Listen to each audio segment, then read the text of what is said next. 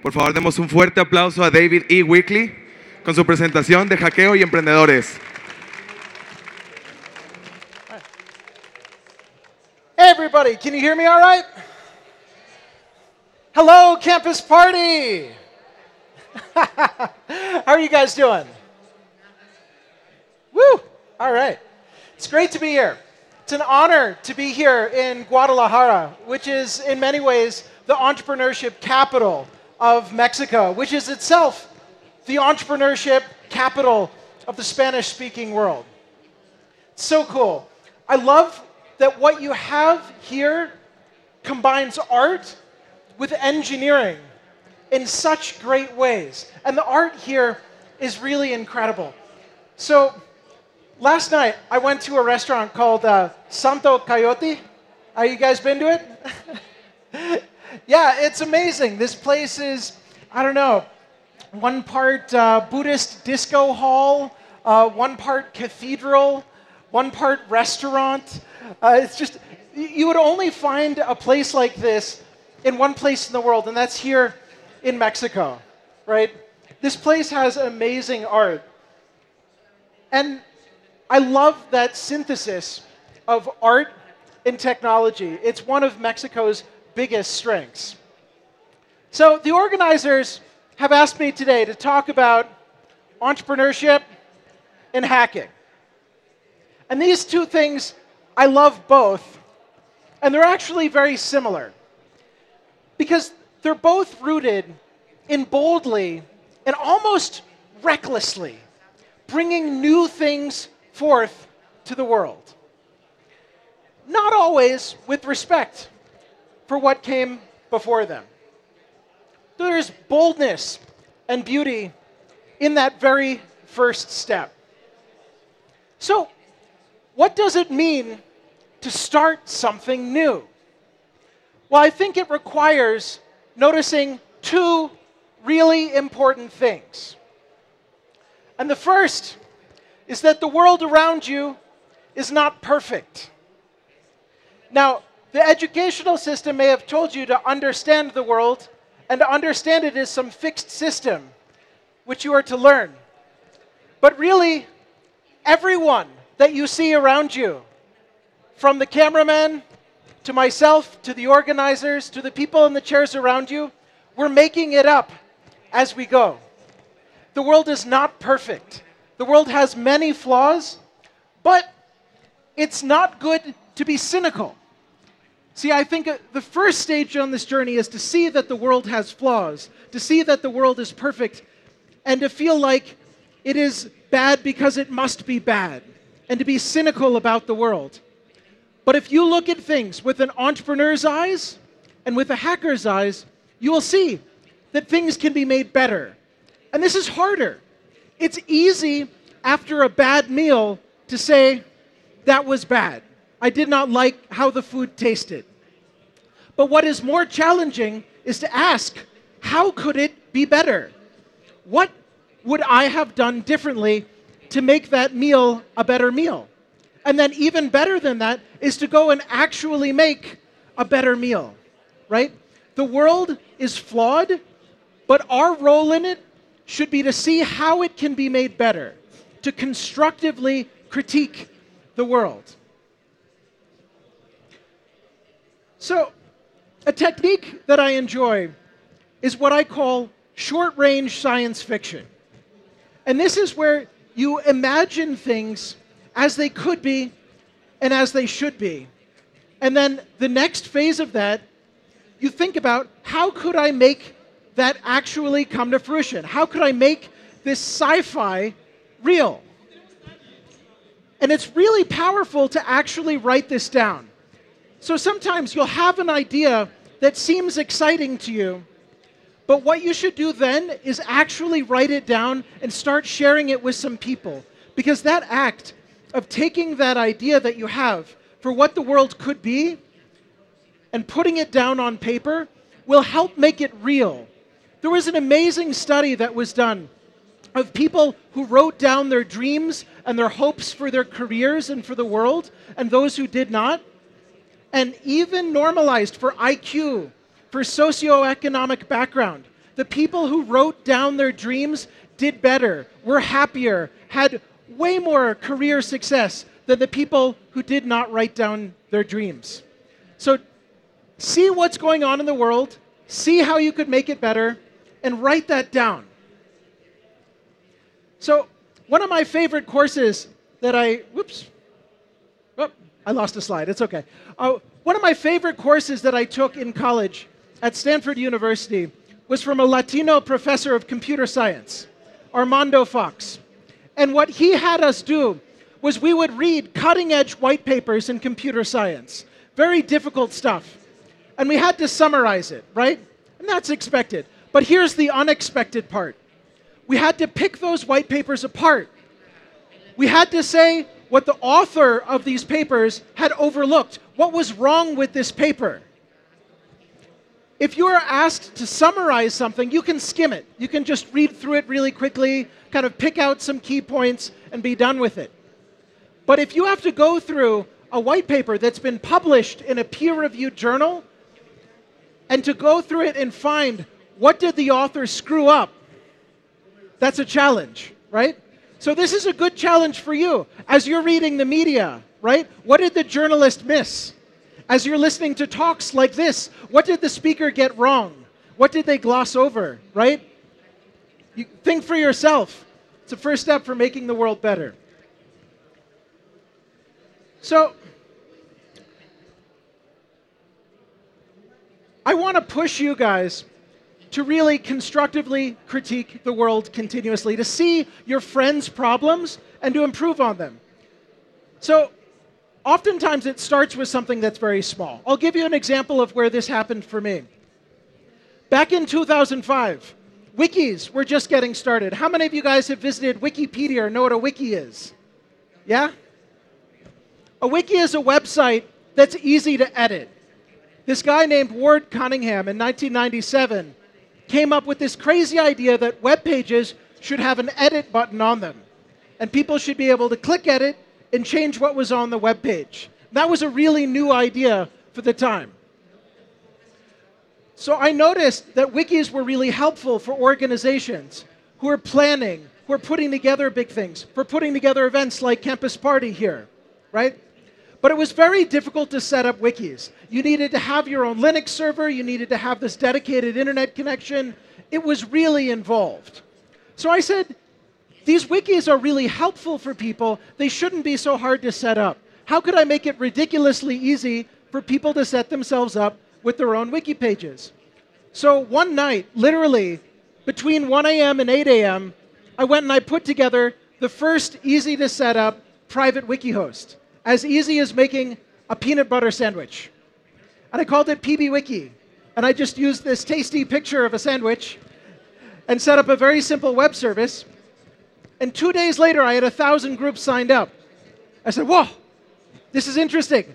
I need to pay attention to this, right? But it started with that observation that wikis could be useful for people and people are having trouble setting them up and then taking that first step. This ended up turning into my first company. It serves 4 million people a month. We raised $10 million for it. We had a staff of 15 people who are working on it. It's still run independently. I'm still on the board. Yeah. So it's amazing what can happen when you jump in and start fixing people's problems. Now, I screwed a lot of things up when building PB. It was my first time at business. I had had no formal business training whatsoever. I actually had friends when I left my nice, well-paying job as an engineer, asked me, you don't seem to have any background in business. What makes you think that you will be successful as a business person? And I said, I don't know. I'm going to have to learn on the job. And it turns out this is the best way to learn. But you should aspire to make new mistakes. You will make mistakes. Don't try and be perfect. But you should not make obvious mistakes.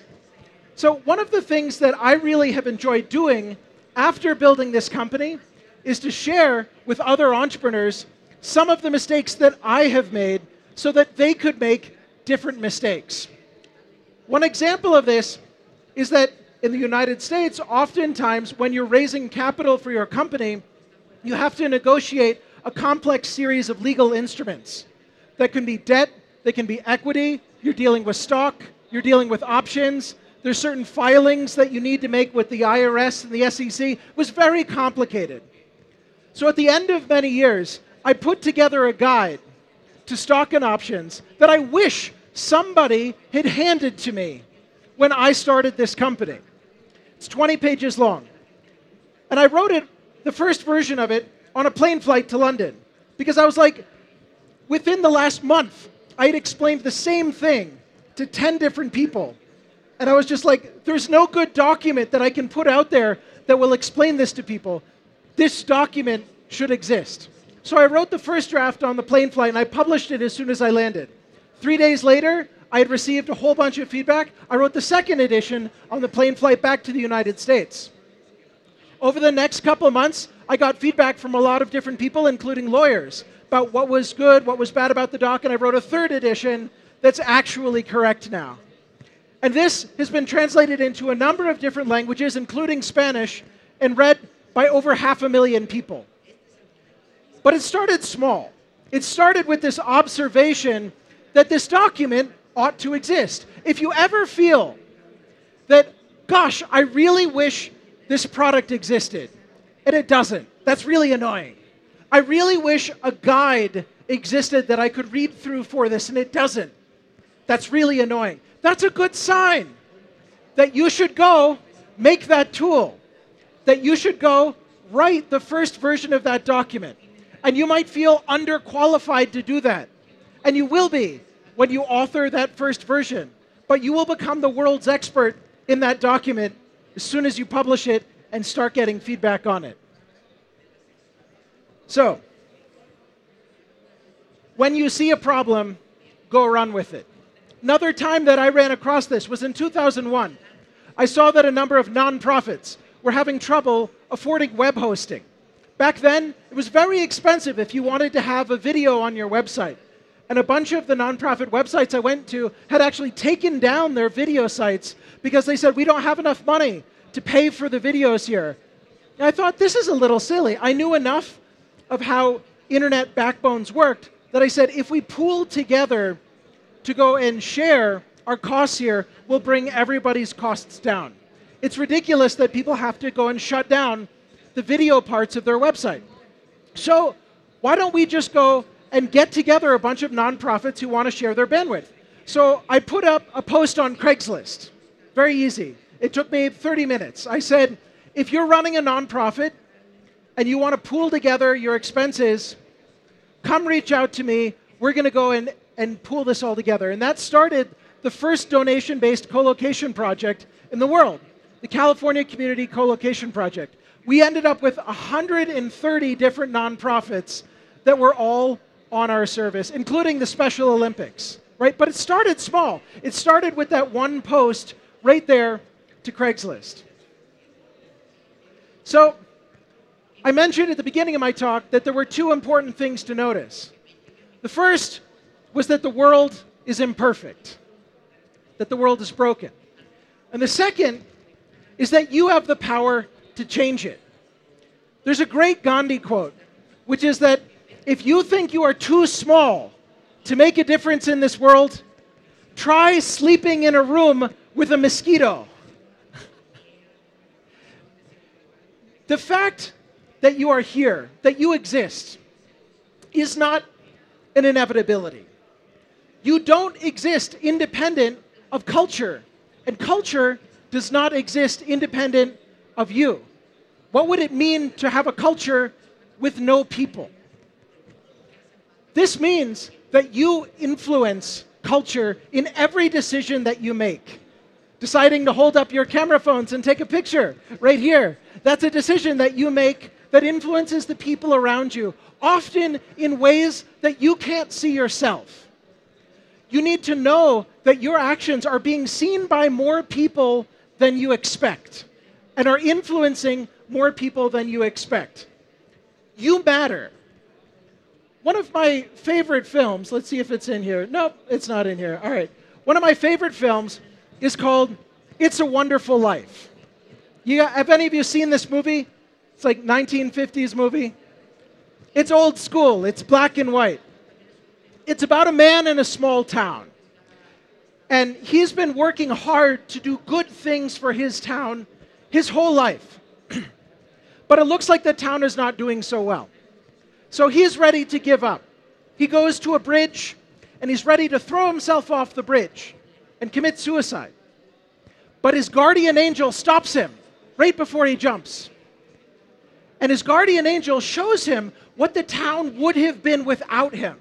Because this man did not see all of the ways that his good actions had influenced the town, had influenced the people who are around him. And it's the same with you. You don't know what seems like a casual conversation to you, what seemed like an easy document to go and write, what seemed like an easy tool to hack, to put out there, to publish to GitHub, may have changed somebody's life. And you're only going to find out about that a small fraction of the time. So that first line of code that you write, that first line of documentation can make a huge difference. Take Linus Torvalds, right? Here you've got a Finnish graduate student, kind of ostracized in Sweden, and he's really frustrated that it's difficult to run Unix on Intel boxes. So he writes a really crappy operating system, right? It's the simplest, most ridiculous version of an operating system that he could put together, and he posts it to Usenet. He posts the whole source code. He's like, hey, can anyone do anything with this? And that was the beginning of Linux, right? Linus's Unix. It started with really just a few days of putting together a project and having the chutzpah to actually ship it, to actually put something out there that was, from a professional context, almost embarrassing. There's a great saying in Silicon Valley, which is that if you are not embarrassed by the first release, then you waited too long to ship. Ship early, ship often. A bunch of Stanford students realized that you could score web pages in the same way that academic papers are scored, by citation. That's where Google came from, right? All of these things start small. These things can start with you. So, if what I'm saying is true, if the world is broken, and if you have the power to fix it, you can't just sit around and hope that some other smart person sees the same problems that you do, then you have a moral obligation to hack. And by hack, does everyone know what I mean by hack? I don't mean write computer viruses. I don't mean break into accounts. I mean build for the love of building. Build because building feels good. Build because you want what you create to be used by people and to change their lives. And that's what I mean by hack. And if you have the capability to write, if you have the ability to code, if you have the ability to design, then the fact that you exist, the fact that you are here, gives you a moral obligation to hack. Now let me just say this. The 20th century was about turning out workers, good workers, who would show up to work on time and to do the duty that they were asked to do. Maybe that was screwing in screws or stamping sheet metal, right? Whatever it was, there was a well-defined task that many people could do, and you were trained up to perform that task. For better or for worse, this is not the world that we are now living in. The world that we are now living in does not need that many sheet metal stampers because we can have robots do the sheet metal stamping. What this means is that for you to be valuable in the world, instead of getting rid of your weirdness, instead of not telling your coworkers that you like to dance flamenco in the backyard, you need to embrace everything that makes you strange, that makes you weird, that makes you wonderful, because only you have had your experiences, and that will give you a chance to have a unique insight into the world, into how the world works, the world's problems, and how to fix the world. So you need to embrace your weirdness and be thinking about how you, with your own particular background, have a chance to go and gift that weirdness to the world and make the world a better place. So you might think that the people who run the world are very serious people. That maybe they're very different than you, right? Maybe they're much, much more intelligent than you or your friends or anyone you've met, and they sit in these shadowy chambers, right? Deciding the fate of the world. Maybe for good, maybe for evil, but they have plans. When wars happen, it's because they planned it, right? One of the scariest parts of growing up is realizing that there is no Illuminati. That everyone is just making it up. That the people who are running the world are not necessarily any smarter than you are. This means that you are the Illuminati. This is the shadowy chamber in which the future of the world is being decided. You and the people around you right now are responsible for deciding the future of the world.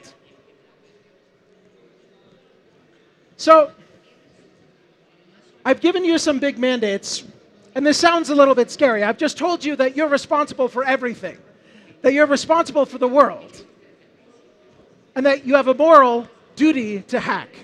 But don't get scared, because everything starts small.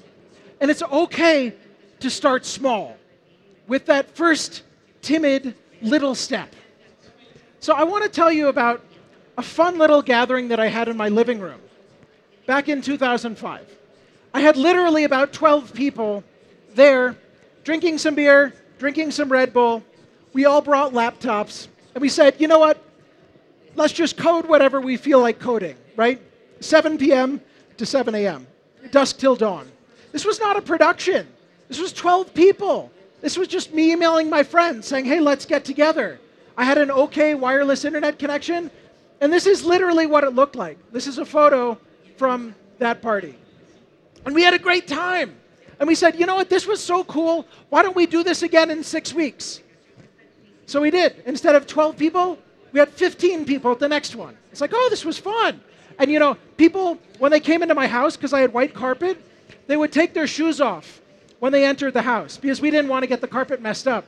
And what was amazing to watch was as we went through to the third, the fourth, the fifth, the sixth, the seventh, the eighth, the ninth Super Happy Dev House, that pile of shoes grew to the point when people were walking into the house, they had to step over the shoes because there were just giant piles of shoes at the front door. After 9 of these, my roommate said, David, there are 130 people in the house.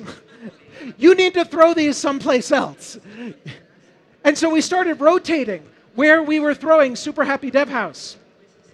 And at the 30th one, it was big. Maybe not campus party big, but we had 400 people. And I said, you know what? I don't want to have to kick you out at the end of the night. We should have our own building where we can do this 24/7. And that is where Hacker Dojo got started. Hacker Dojo is the world's largest hackerspace in Mountain View, California. We have over 440 full-time members, and we've turned out companies like Pinterest. How many of you have heard of Pinterest?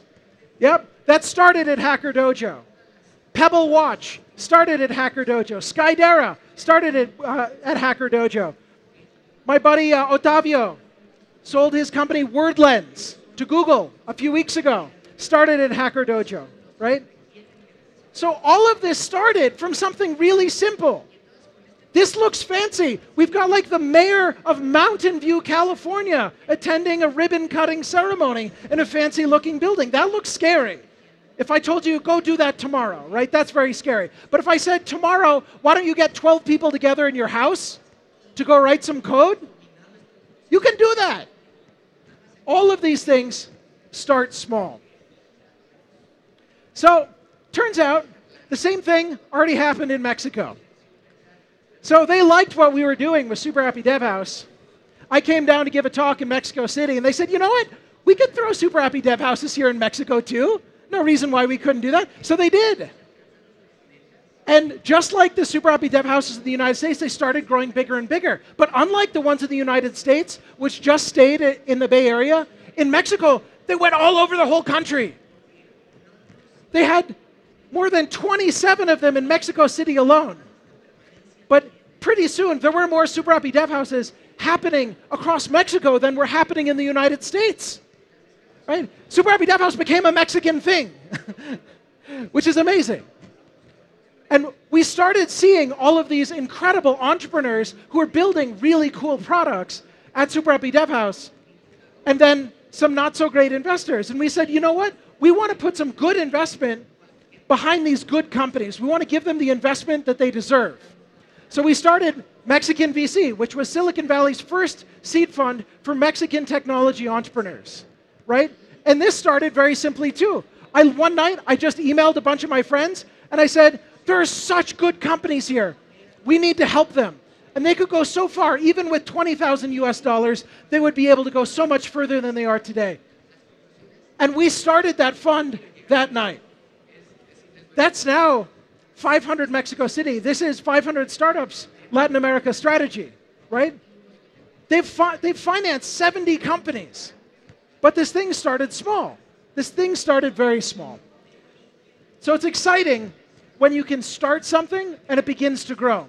And frankly, you should never stop, never retire, right? This is exciting, the starting phase. So I'll admit to you, I started something new a few weeks ago.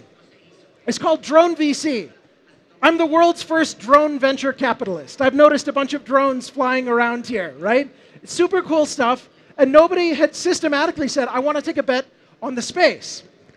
So I registered a domain name, I clicked a couple links on AngelList, and now we're just about to do our first deal where we invest 150,000 US dollars in a company, and we've got 12 more companies coming. I put this together part-time. My full-time job is working for Facebook as a product manager. This is something that I put together evenings and weekends, and it's about the size of a classic small venture capital fund. It's amazing the kind of speed that the internet can give you, right? Take advantage of the tools that are available to you here now in the 21st century to move quickly and to move with incredible leverage. It's amazing what one person can do. Did you guys see the size of the WhatsApp team?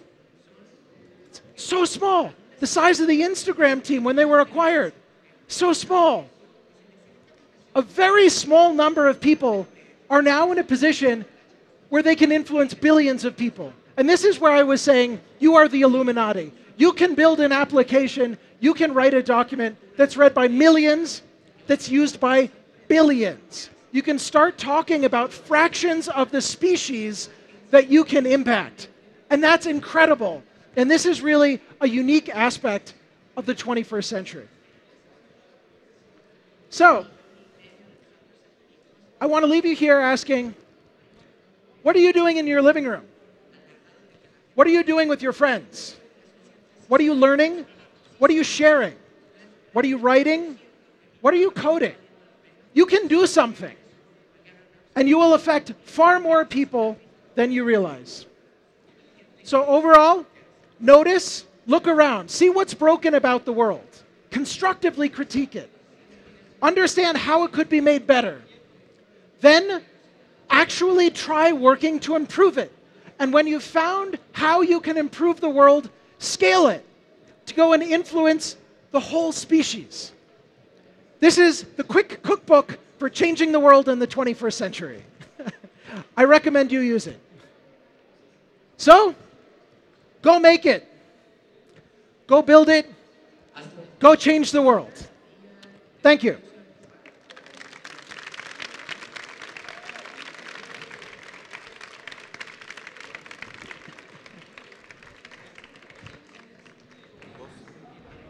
Do we have time for questions? Yep. Do you guys have any questions?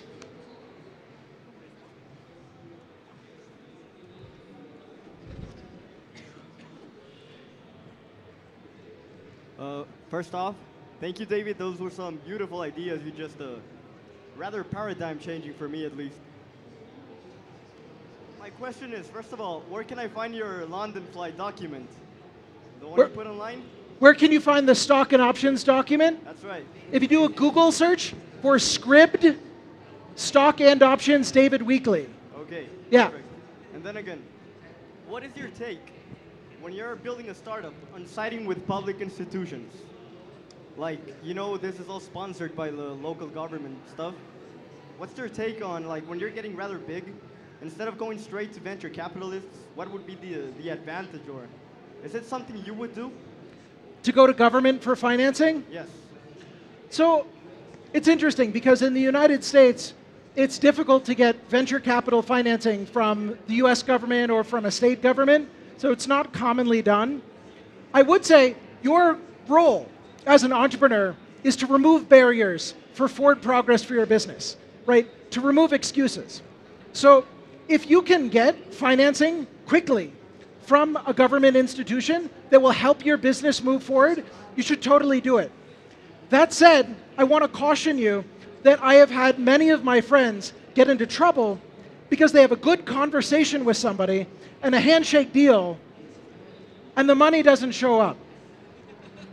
So this is actually true in venture capital as well. You might have a meeting with a venture capitalist, and it goes really well. He says, I like your company. I want to invest in you.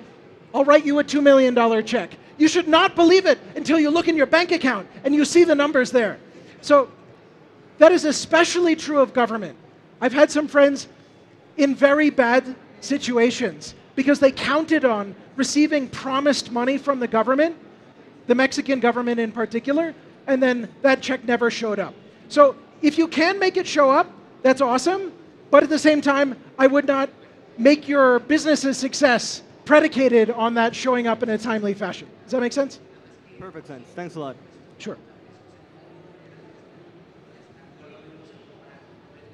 Some people have asked me, should I use Kickstarter or should I go to angel list to go and raise angel funding? And my answer is do both, right? You should look for wherever you can get good money on good terms for your company. And frankly, something like Kickstarter can prove that there's real demand because these are customers who are prepaying for your product, which will make it easier for you to get venture capital financing. So these things can often play off against each other in a good way. Hi, I gotta say, you gave me chills with that talk right there. That was really nice. Okay. Thank you. So my question is, when you started out with just a few people, did y'all work on the same project, or just everybody kind of started separating off into different things? So everybody just brought their laptops to that Super Happy Dev House party and worked on their own thing, right? So some people would kind of clump together and say, hey, why don't we build a game tonight? And like you get 2 or 3 people who are like next to each other building a game. You might get somebody who's like, oh, I want to learn Python, right? And so, oh, well, I'll teach you Python. And like, 2 people will go and sit next to each other for an hour, and then they get tired of it, and go do something different. But it wasn't like it was organized, like everyone was working on the same thing. It's funny though, because I had people approach me and I was like, hey, you have a lot of engineers who are coming to the Super Happy Dev House thing. How can you get them to code my project? And I'm like, no, man, you got to do that on your own. All right, thank you. Sure.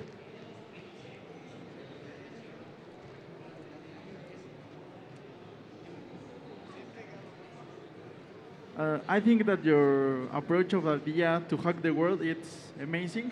But I have that little question. For example, when you start the PB Wiki, what's the, for example, if I start with a great idea and start to share and receiving all the feedback, how I can secure that that idea can't be stolen?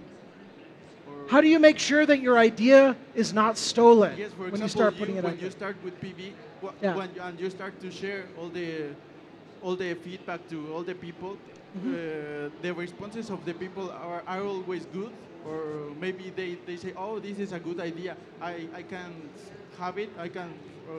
I don't know. So many people have ideas, but few people can execute. And you will learn the most about what it takes to execute on an idea by actually doing it.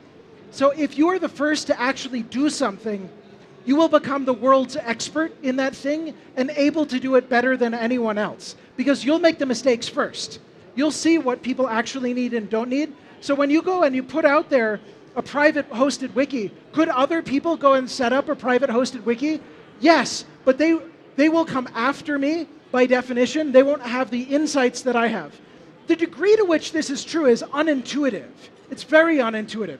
So take, for instance, Snapchat, right? Very, very popular application, Snapchat, right? Facebook said, this Snapchat thing is pretty interesting. We built an application that's almost the same thing. How many of you guys use Facebook? Yeah? Facebook? Yep. Now, how many of you guys use Facebook Poke, the application on your phone? Nobody, right? So we took that idea that didn't have any intellectual property defense. We did the same thing, but because we didn't understand it, we didn't build the right product, right? So we didn't kill Snapchat, right? So you might say, but this is like the classic case. Like Facebook has lots of brilliant engineers, brilliant designers. We've got user research people. We've got bigger piles of data than almost everyone except for the US government, right? So it's like, surely we should be able to kill Snapchat. No. So if you get out of the gate first, if you move faster than anyone, you will stay ahead of everyone. Thank you. Sure.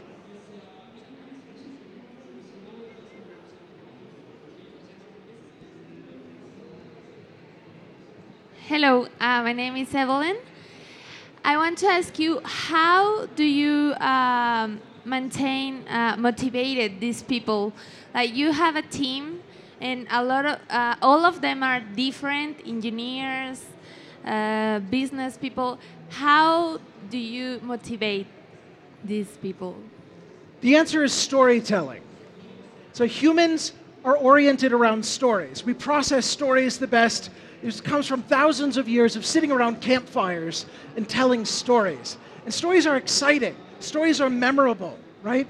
So your job as the leader, as the product manager, as the CEO, whatever role it is that you play in that team, is to help come up with a story about where are you going? Why does it matter?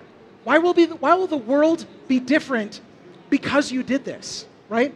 And if you can tell that story in a really exciting way, you'll get the engineers excited, you'll get the designers excited, you'll get the copywriters excited, the marketers excited, the public relations people excited, you might even get the lawyers excited, right? And this is really important because if you want to bring new people onto the team, if you want to hire, if you want to retain, if you want to get customers, if you want to get investors, you need to be able to communicate your enthusiasm for that story and to have other people see through your eyes like, whoa, I get why that's exciting. Like, I want to be a part of your team. And if you can engender that reaction, you can keep everyone motivated even when they go through the hard bits. Because a great story involves really hard bits.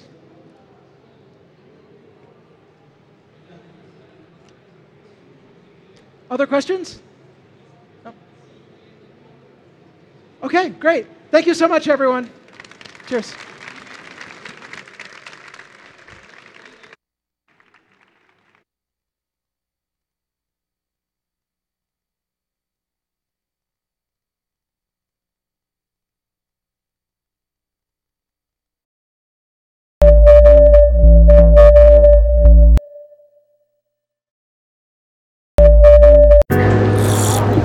En Newbox sabemos lo fácil que es que tus ideas